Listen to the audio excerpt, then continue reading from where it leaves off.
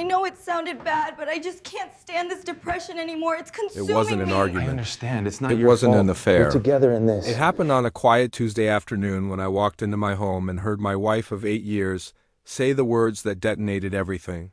Mom, I just can't stand him anymore. His very existence suffocates me.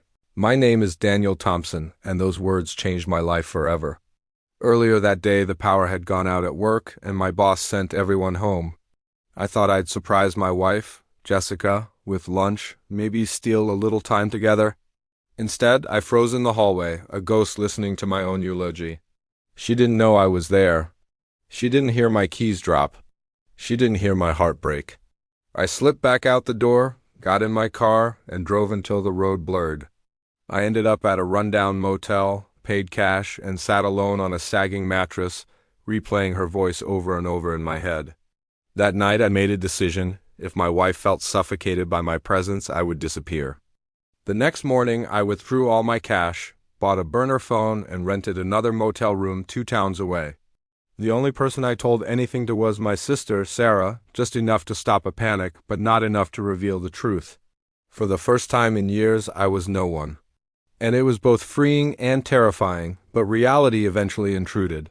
Work emails, HR notices, and dozens of missed calls. Jessica's messages flooded my phone, confused at first, then anxious, then heartbroken. And then Sarah sent me the news report. It was Jessica, tearfully begging for information, pleading for me to come home. The same woman who said she couldn't stand me was now collapsing on live television. Were those tears real? Guilt? Or just a performance? I didn't know. But I knew I couldn't hide forever. 2 weeks after I vanished, I drove back. Blue ribbons covered our trees. Posters with my face hung on streetlights. Our dog Cooper tackled me before I even stepped inside. Then Jessica appeared. She looked destroyed, thinner, pale, trembling. She rushed into my arms, sobbing uncontrollably, but I didn't hug her back. Why? I asked quietly. Why say those things about me? She froze, her eyes wide with horror. You heard that? We sat at our kitchen table, and her hands shook as she confessed. She wasn't angry at me. She was drowning in depression, a secret she'd kept from everyone. She had stopped her medication weeks before that phone call, and the darkness returned, twisting everything, even her feelings for me. She handed me her therapy journal. Page after page revealed the truth she never said aloud. Daniel is the only stable thing in my life.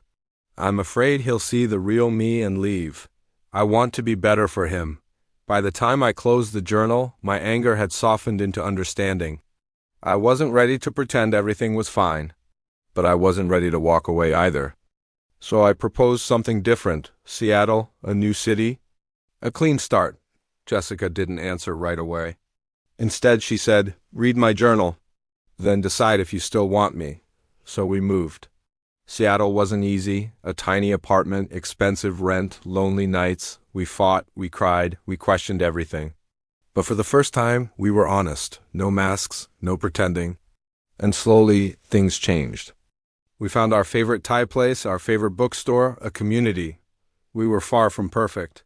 During one of Jessica's depressive episodes, she snapped, "Maybe I was right the first time. Maybe I can't stand you." The pain was instant. But this time we had tools, therapy, communication. We rebuilt. A year later, on a quiet Seattle beach, Jessica slipped her hand into mine.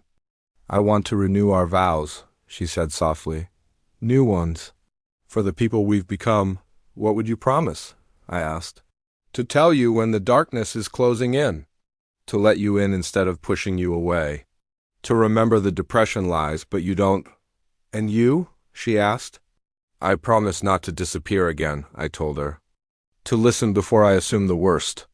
To stay even when it's hard, especially when it's hard. We had seen the worst in each other, and we still chose each other. That isn't a fairy tale love, it's real love. And I've learned something important. Words spoken through pain aren't always the truth.